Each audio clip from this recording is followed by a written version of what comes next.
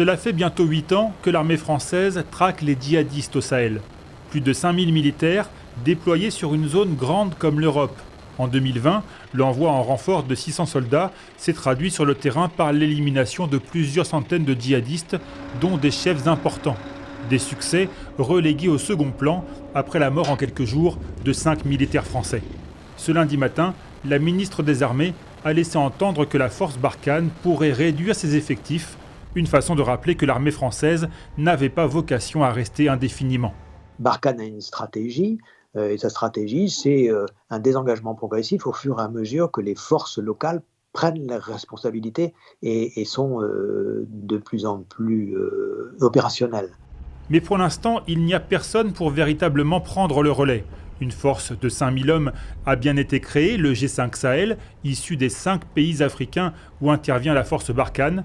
Mais au sein même de l'état-major français, on reconnaît qu'ils ne sont pas encore prêts à poursuivre seuls la lutte contre les djihadistes.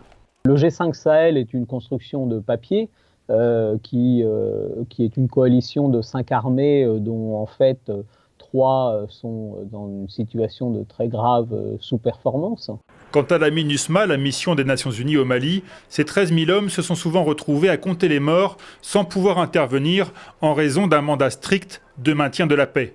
La France mise donc sur un appui européen au sein de la force Takuba, composée de militaires des forces spéciales.